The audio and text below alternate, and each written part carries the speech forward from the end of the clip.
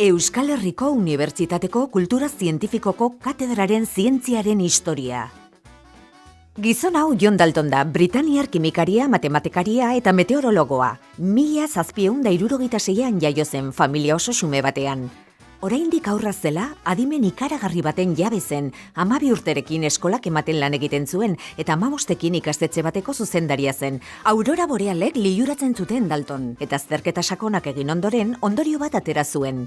Lurraren magnetismoaren eraginez sortzen zirela, baina deigarria zera da.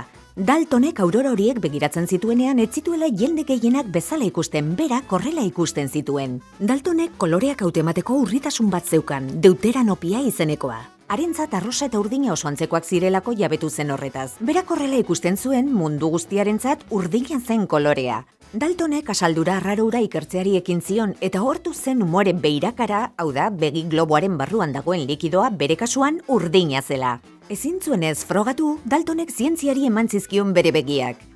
Hiltzenean, bere medikuak egiaztatu zuen Daltonen begien umore beirakara ez zela urdina eta gainerako gizakiena bezain koloregabea zela.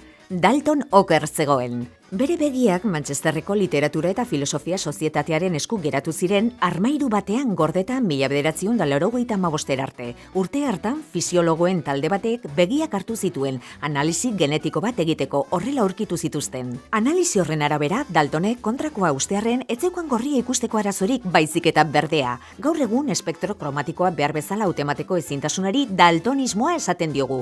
Bizitzaren ironiak, aurora borealak ulertu zituen lehen pertsonaren abizena erabiltzen dugu gaur egun koloreak ikusteko ezintasunari deitzeko.